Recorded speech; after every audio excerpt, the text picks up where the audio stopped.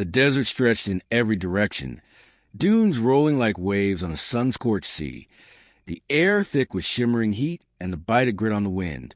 The cadets from the Centauri Alliance Academy stood dazed and sweating beneath twin suns, their drop pod already burrowing into the sand behind them, vanishing back into orbit. There were 12 of them, 11 aliens and 1 human, a quiet Terran exchange cadet named Anya Velez. The briefing had been brutal. Survived 48 hours without external support, without electronics, in the Drazari Desert, one of the harshest training grounds in the Outer Rim. The goal wasn't combat or tactics. It was adaptability, resilience, survival. Within an hour, panic set in. The Trell cadet, whose photosynthetic membranes dried out under harsh light, collapsed into the sand with labored clicks. The Kraith twinlings, reliant on nutrient vapor packs, curled up to conserve metabolic energy. The rest fumbled with foreign tools, arguments breaking out over how to find shade, where to find water, what plants could be eaten. Anya didn't argue. She observed. She moved deliberately, scanning the desert not with panic, but recognition. She squinted at the spiny silhouettes of native flora and then approached a squat, bulbous cactus as tall as her waist. A few cadets snickered. "You plan to eat that? Its spines are acidic." One scoffed, a 4-eyed Lyran cadet named Delvik. "You'll be coughing foam in minutes." Anya ignored him. She pulled a titanium shard from her boot sheath, non-electronic, Academy approved, and knelt beside the cactus. With careful hands and slow, practiced cuts, she removed the barbed spines, sliced the top open, and used strips of her sleeve to form a basic sieve, wedged into the hollow core. She then scooped sand into a cloth pouch, poured atop the cactus interior, and layered small stones she'd gathered around the rim. She repeated the process at the base, building an inverted cone beneath, a rudimentary filter. The alien cadets watched in puzzled silence as she sliced a succulent stalk from another nearby cactus and crushed it, letting the thick, milky liquid run down through the layered filter. Slowly, drip by drip, clear water pooled at the bottom. "You're filtering poison sap," one hissed. "That's madness." Anya finally spoke, low and calm. "It's not poison to us. Cactus mucilage binds sand and bacteria. If you know how to use it, it's a filter." She dipped a finger into the filtered water and tasted it. No reaction. She drank. The others stared, jaws slack, antennae twitching, tongues flicking in disbelief. An hour later, the Kraith twins begged her for a drink. She handed them a palm leaf cup fashioned from the stiff foliage she had stitched with dried vine. Small sips.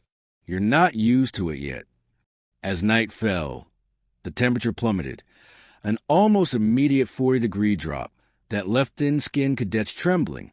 The Lyran tried to spark a heat crystal by friction, but failed. Another cadet, a Varnathi, tried to build a solar reflector out of metal scraps, only to find it ineffective without direct light. Anya, meanwhile, had stacked cactus bark, dry grass, and stone into a wedge-shaped lean-to. She dug a shallow pit under the lean-to's overhang, lit a fire using kindling from twisted roots, and used hollowed cactus tubes as flutes to direct the heat inward. It wasn't elegant, but it worked. By midnight, 8 of 11 aliens had migrated to her lean-to, apologizing under their breath. She handed out prickly pear pads she'd peeled and roasted. "This is food," Delvik said skeptically. "It's better than the rocks you were chewing," she replied. By morning, Anya had marked landmarks for navigation, using stack stones and drawn lines in the sand that pointed to shadow lengths, forming a crude sundial. She hadn't said much, but she had done everything. On the second day, a violent sandstorm struck with warningless fury. The cadets panicked again, but Anya guided them into a dry gully she'd marked earlier, where she had reinforced a natural rock overhang with cactus ribs and bound it with sticky fiber from desert vines. The shelter held. Barely. After the storm passed, Delvik sat beside her, while she filtered more water. "How do you know all this?" he finally asked. "Earth has deserts," she said simply. "My grandmother crossed one to reach a refugee camp. She taught me. But your kind build cities, fly starships. This is primitive." "No," she said. "This is survival. Everything else is luxury."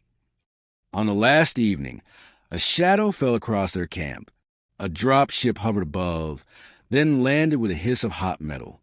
Academy officials emerged, armored, expressionless, scanning the cadets with scanners and silent judgment. "How many casualties?" The lead officer barked. "None," Anya said. "They all made it." The officer raised a brow.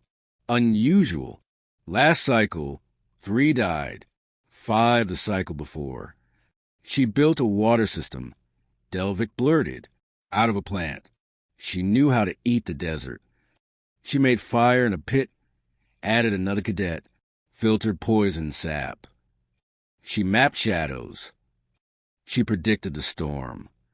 The officer turned to Anya. "Terran, what do you call this technique?" "Adaptation," she said. "Humanity has many tools. One of them is remembering what we survived before technology. You led them." "I didn't lead," Anya said. "I didn't need to. They followed survival." The officer stared, then gave a curt nod. "Cadet Anya Velez, your performance has been logged. You scored highest." One of the Kraith twins whispered, "They should have warned us about humans." The officer heard. "Why?" "Because they don't just endure," the cadet muttered. "They make the desert serve them." The next training cycles were changed. Now, each survival course included Terran instructors. And at the Academy Hall, a single sculpture stood at the entrance, a young human cadet holding a cactus high above her head, water dripping into the sand like salvation.